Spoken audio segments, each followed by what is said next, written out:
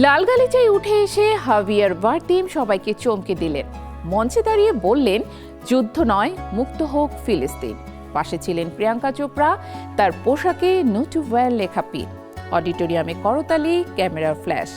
পুরস্কার জয়ের মুহূর্তেই বারদেমের সাহসী বার্তা বিশ্বজুড়ে আলোড়ন তুলল।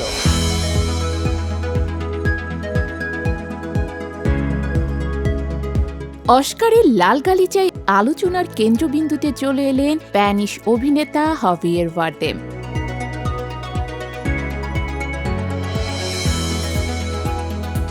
আটানব্বইতম একাডেমি অ্যাওয়ার্ডসে মঞ্চে দাঁড়িয়ে তিনি যুদ্ধবিরোধী ও ফিলিস্তিনের পক্ষে দৃঢ় অবস্থান জানান।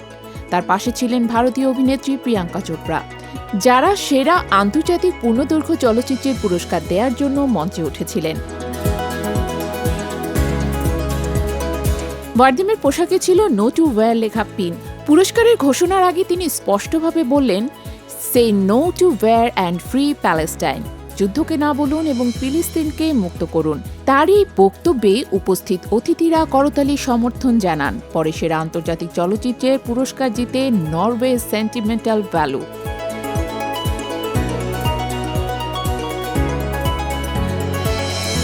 রেড কার্পেটে বারদেম যুদ্ধবিরোধী অবস্থান প্রকাশ করেছিলেন। ফিলিস্তিনের পক্ষে বিশেষ প্যাচ লাগানো পোশাকে তিনি ফটোগ্রাফারদের সামনে পোজ দেন। এই বার্তা কেবল মঞ্চে সীমাবদ্ধ থাকেনি, বিশ্বজুড়ে মিডিয়ায় তা আলোচনার ঝড় তুলেছে। অস্কারের সঞ্চালক কোনান ও ব্রায়েন উদ্বোধনী বক্তব্যে বিশ্ব পরিস্থিতি উল্লেখ করে বলেছিলেন, সিনেমা কেবল বিনোদন নয়, এটি আন্তর্জাতিক শৈল্পিক ঐক্য ও আশাবাদের প্রতীক। এবার 31টি দেশের চলচ্চিত্র এ আসরে প্রতিনিধিত্ব করেছে।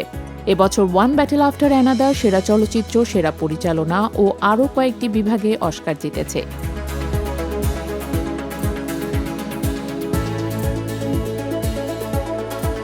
এছাড়া সিনার্স 4টি এবং ফ্রাঙ্কেনস্টাইন 3টি বিভাগে জয়লাভ করেছে। সেরা অভিনেতার পুরস্কার পান মাইকেল বি জর্ডান এবং সেরা অভিনেত্রী হন জেসি বাকলি।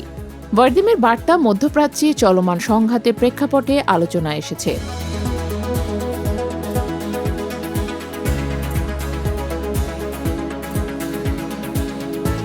আন্তর্জাতিক গণহত্যা গবেষক সংস্থা IAGS এর তথ্য উদ্ধৃত করে তিনি মনে করিয়েছেন, গাজার পরিস্থিতিকে গণহত্যা হিসেবে দেখা যায়। তিনি ইসরায়েলের বিরুদ্ধে কূটনৈতিক ও বাণিজ্যিক চাপ বাড়ানোর আহ্বান জানিয়েছেন। এ ধরনের রাজনৈতিক বক্তব্য অস্কারে নতুন নয়। চলতি বছর বিভিন্ন তারকা যুক্তরাষ্ট্রের অভিবাসন নীতি, যুদ্ধবিরোধী কার্যক্রম ও মানবাধিকার ইস্যুতে সরব হয়েছেন। লাল গালিচায় আইস আউট লেখা ব্যাচ পরে উপস্থিত হয়েছেন Billie Eilish, Mark Ruffalo, Justin Bieber, Lady Gaga ও স্যামুয়েল এল জ্যাকসন। হাভিয়ের বারদেমের সাহসী বক্তব্যের মাধ্যমে আবারও প্রমাণ হলো, চলচ্চিত্র কেবল বিনোদনের মাধ্যম নয়, এটি সামাজিক ও রাজনৈতিক বার্তাও পৌঁছে দিতে পারে। মঞ্চ থেকে তার দৃঢ় অবস্থান বিশ্বজুড়ে চলচ্চিত্র প্রেমীদের মনে নতুন ভাবনার দাগ রেখেছে, যেখানে বিনোদন ও মানবিক মূল্যবোধ একসাথে মিলিত হয়েছে।